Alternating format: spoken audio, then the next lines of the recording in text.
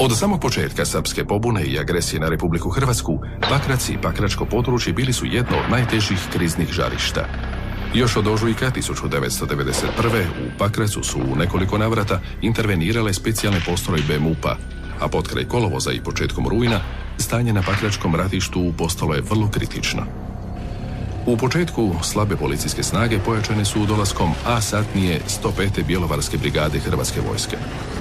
Nekoliko dana nakon zauzimanja položaja, 8. rujna 1991. jedan je vod krenuo improviziranim oklopnim vozilom u izviđanje prema selu Kusonjama. On je naišao na zasjedu postavljenu oko barikade. Transporter je onesposobljen, a hrvatski branitelji sklonili su se u jednu kuću i organizirali obranu. Odmah je u pomoć upućen dio policajaca s drugih položaja, no branitelji nisu željeli ostaviti brojne ranjenike koje pod jakom vatrom nisu mogli izvući.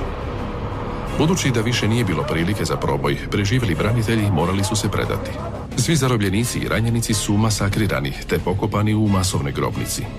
Tijela 20-torice ekshumirana su i pokopana u siječnju 1992. No time nije završila tragična drama u Kusonjama.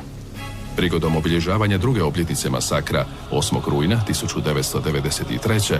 dogodio se novi zločin. Tijekom ceremonije polaganja vijenaca u Kusonjama eksplodirala je podmetuta mina i usmrtila trojicu časnika 105.